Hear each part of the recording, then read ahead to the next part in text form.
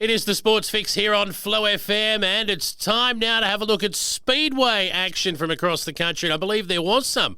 The weather didn't rain everything out for a change, although luckily Speedway isn't held in South Australia, or we'd be probably doing power boats rather than Speedway at the moment. Lachie Phillips joins us on the line. G'day, mate. How are you?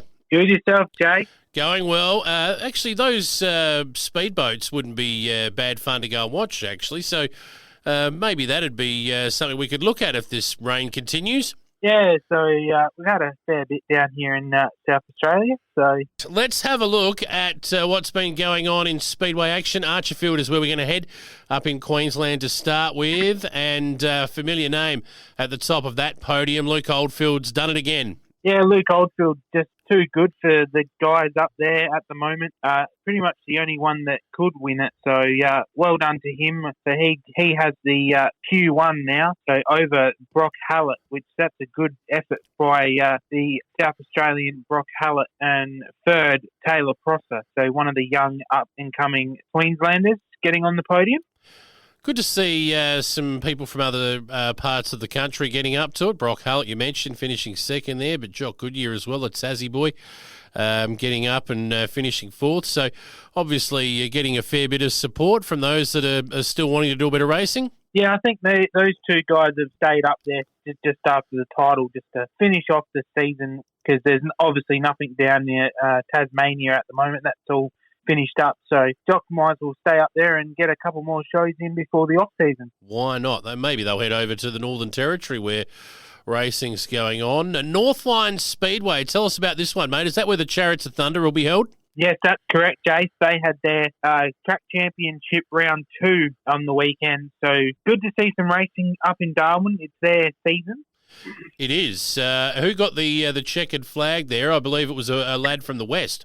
Yeah, Mitchell Warmel just showing his class up there at Northline. He's gone up there to get a couple shows in before, the big one, the Chariots of Thunder. So definitely, he didn't have a good start in round 1, but definitely getting the chocolates in round 2 over the young Todd Mull, the NT11, and over Cale Quinlan as well in the NT15. So some young NT boys there on the podium as well. And a whole heap that didn't finish. So that tells you there were a couple of incidents, at least in that race, or likely to have been. Either that or a whole heap of mechanical failures. Probably a fair bit of water getting around on that track too, although it is the dry season up there in inverted commas. Yeah, I did hear that there was 2 motor issues during the A main. So 2 cars didn't finish because of motor problems. So that's not good early in the season up there for those guys. No, all right. Well, let's move away from that now, and we're going to head to the world of outlaws overseas, and some racing done there. Some Aussies going around and around and around and around. But who was the winner in this race in Ohio? Sheldon Holdenchild just getting the win the other night at Atomic Raceway in Ohio. So good to see him getting some wins. Logan Schuhart comes in second and Jacob Allen third. Championship leader at the moment, Brad Sweet in fourth. And our Aussies, James McFadden and Ian Madsen, finishing 14th and 15th. So good to see those two going around in the world of outlaws. Yes, and they would have been prominent as well. I think, was it the day after they went to the next track, and the same man saluted, but did the Aussies go around in that one? Just J-Mac. So J-Mac finishing 9th in that one at Lawrenceburg Speedway. So they had a 2-day show over the weekend. So fantastic. So plenty of racing for fans over there, and for those here in Australia who like to follow the Aussie drivers, I imagine you can watch that online. Yeah, you can. You can go on Dirt Vision and watch that.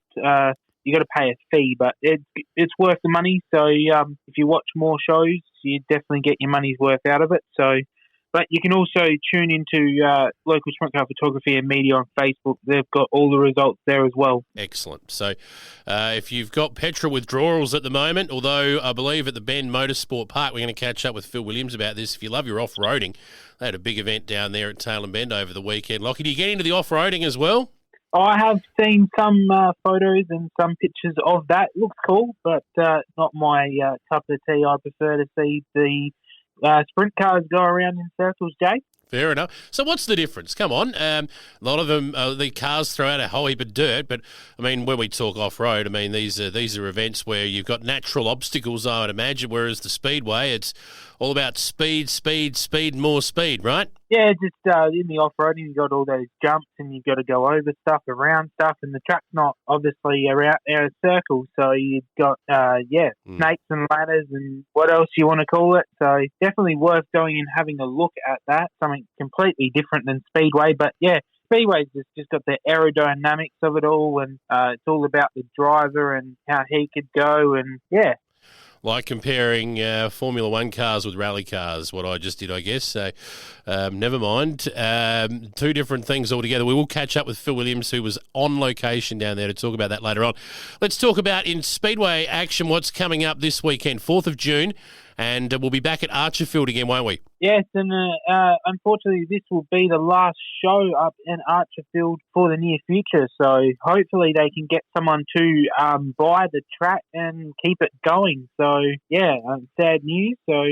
So tell us more about that. What's going on there? The track gone bust or something? The land has, the lease has run out of date, so the guys that leasing it don't want to release it. So the block has been put up for sale, so anyone can buy it. So, hopefully someone can buy it and who's into Speedway and can keep the Speedway going. I do know that the Speedway does need a little bit of work done to it, so I think that might be one reason why the old owners don't want to continue, but hopefully someone comes in and continues on running the Speedway. It's a good track. A lot of Queensland-based cars up there in Queensland, in Brisbane area. So hopefully someone can buy it and keep it going. Geez, that'd be terribly sad for Speedway fans in Queensland who, if that track was to bite the dust, pardon the terrible pun there, but I mean, in southeast Queensland, I mean, where are they going to do their racing if Archerfield falls? I guess they're heading into maybe Eastern Creek down in New South Wales. Yeah, or you got to go up and across to Toowoomba. So, hopefully, we got to keep these, capital city tracks going. Like, we lost the one here in Adelaide, so unfortunately. So, you got to just keep these, big tracks alive. All right. Lachie, great chatting with you, mate. We'll check in again next week and find out how that racing at Archerfield goes. And I'm sure you'll be keeping tabs on it. Local sprint car photography and results on Facebook. Is that right? Yeah, and media on Facebook, so you can jump on there and see all the results of the weekend's progress. Hopefully we can get some shows in again this week. So good to see not so much rain up there on the East Coast. Yeah, good on you, mate. Look forward to catching up next week. See you, Jay.